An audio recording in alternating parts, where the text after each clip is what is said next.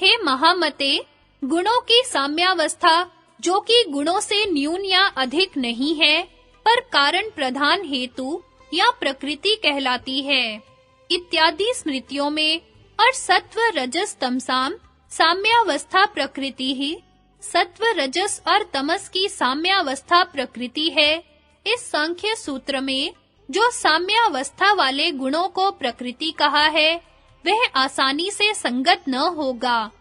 विशेषा विशेष लिंग मात्रा लिंगानी गुण पर्वाणी ते व्यक्त सूक्ष्मा गुणात्मनः परिणाम क्रम समाप्ति गुणा नाम इत्यादि सूत्रों में और भाष्य में गुणों को ही मूल कारण कहने वाले वचन भी उत्पन्न न होंगे इत्यादि दूषण होंगे, और साम्यावस्था प्रकृति के लक्षण में विशेषण नहीं है, किंतु यदा कदाचित संबंध से प्रकृति का उपलक्षण है। जैसे कि काग वाले देवदत्त के घर है और वह न्यूनाधिक भाव से अकार्य अवस्था है। उस अवस्था से उपलक्षित गुणत्व प्रकृति का लक्षण है, महदादि से व्यावृत है। उससे सर्ग काल में भी गुणों को प्रकृतत्व की सिद्धि होने से प्रकृति की नित्यता की हानि नहीं होती। ईश्वर सदा एक रूप है, साम्यावस्था शून्य है। उसमें भी प्रकृति का लक्षण अति व्याप्त नहीं है। गुणों के संबंध में प्रमाण के उपदर्शक भूतेंद्रियात्मक विशेषण की व्याख्या करते हैं। तदेतद भूतेति, वह दृश्य भूत और इंद्रियात्मक है। भूत भावेन का विवरण है।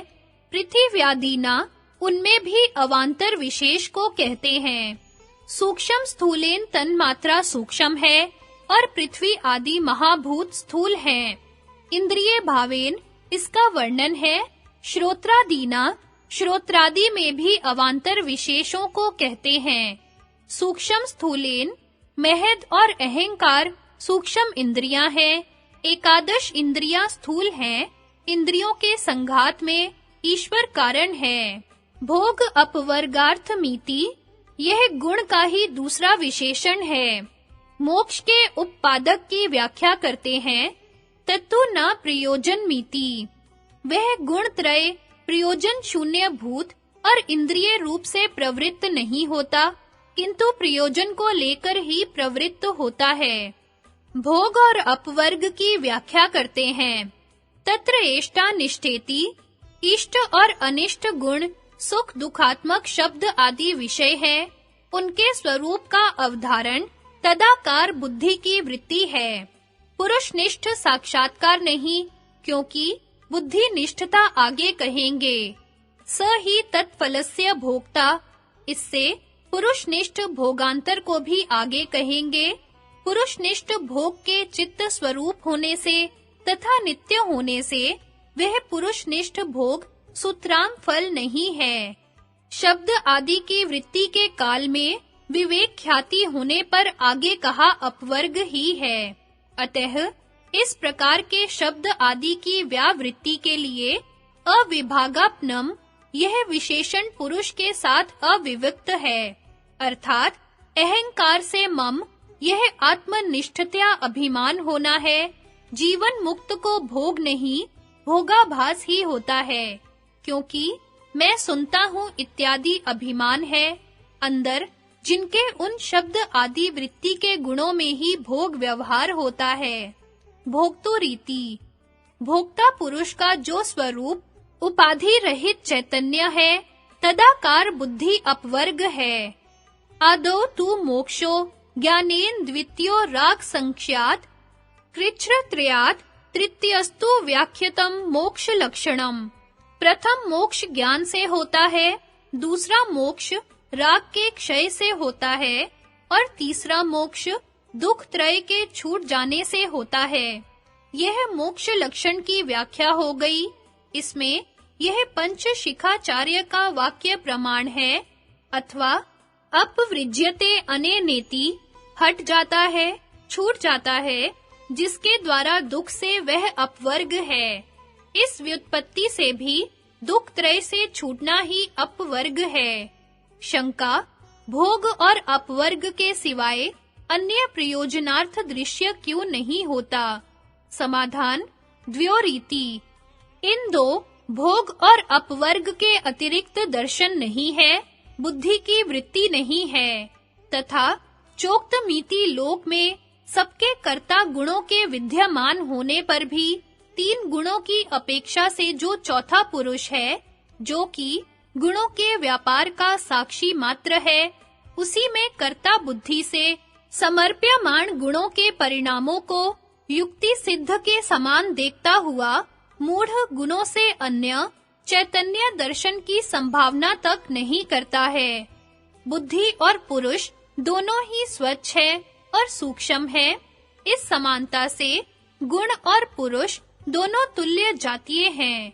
पुरुष चेतन अपरिणामी है और गुण जड़ है, परिणामी है। यह भिन्नता से गुण और पुरुष विजातीय है, यह आशय है। यहाँ भाष्य में तीन गुणों की अपेक्षा से पुरुष को चतुर्थ कहा है। इस वचन से अन्य भी जो तुरीय वाक्य है, वे जागृत आदि अवस्था में जो तीन गुण हैं, उनकी अपेक्षा से जो पुरुष का साक्षित्व है, उसको ही पुरुष की तुरीया अवस्था कहा है। यह बात सिद्ध है, ऐसा ही स्मृति भी कहती है। सत्वा जागरणम विद्यात् रजसा स्वप्नमादिशेत् प्रस्वाप्नम तु तमसा तुर्यम त्रिषु संततम। सत्व गुण से जागरण जानो और रजो गुण से स्वप्न तथा तमो गुण से सुषुप्ति समझो, और तुर्ये इन तीनों जागृत, स्वप्न और सुषुप्ति में सतत ओतप्रोत है। शंका: क्योंकि भोग और अपवर्ग गुणों का कार्य होने से गुण निष्ठ है, फिर पुरुष के भोग और अपवर्ग के लिए दृश्य है, यह कैसे कहते हैं? समाधान: तावे तावीति। यद्यपि भोग और अपवर्ग बुद्धिकृत है, यह अन्वय और व्यतिरेक से सिद्ध है कि ये बुद्धि के कार्य हैं, अतः उनको बुद्धि मानने में ही लाघव है, पुरुषनिष्ठ मानने में लाघव नहीं है। बंध और मोक्ष यथोक्त भोग और अपवर्ग है, वह पुरुष ही उनके फल का भोगता है। बुद्धिगत विषयावधारण, पुरुषावधारण के फल सुख दुख आदि रूप फल का भोगता है। अपने में प्रतिबिंबित सुख दुख का साक्षी है, अतः सुख दुख का स्वामी है। यहाँ पुरुष का भी स्वतंत्र भोग कहा है और स्वरूप प्रतिष्ठा व चित्ती शक्ति, इस अंतिम सूत्र में पुरुष का स्वतः ही मोक्ष भी कहेंगे। अतः पुरुष के भोग और अपवर्ग का निषेध नहीं है, क्योंकि बुद्धिगत भोग और अपवर्ग को स्वतः पुरुषार्थ नहीं है, अपितु परिणाम रूप भोग और अपवर्ग का ही पुरुष में निषेध किया गया है।